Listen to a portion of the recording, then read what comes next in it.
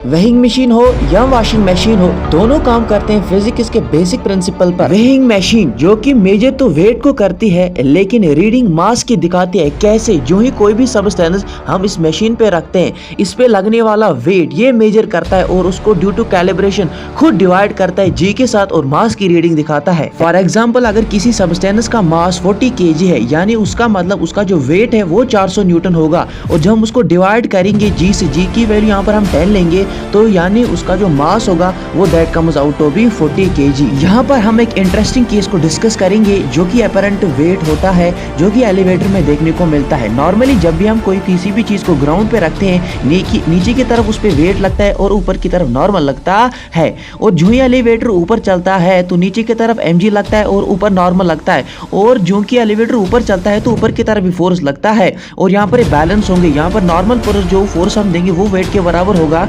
यानी वेट यहाँ पर बढ़ जाएगा। इसी तरह जब एलिवेटर नीचे की तरफ आता है तो फोर्स नीचे की तरफ लगता है, जिसकी वजह से वेट कम हो जाता है। अब हम बात करते हैं वॉशिंग मशीन किस प्रिंसिपल पर वर्क करता है। वो हमारे घरों में जो वॉशिंग मशीन होती है वो काम करती है सेंट्रीफ्यूगेशन। सेंट्रीफ्यूगेशन एक ऐसी प्रोसेस होती है जिसमें हम दो चीजों को सेपरेट कर पाते हैं।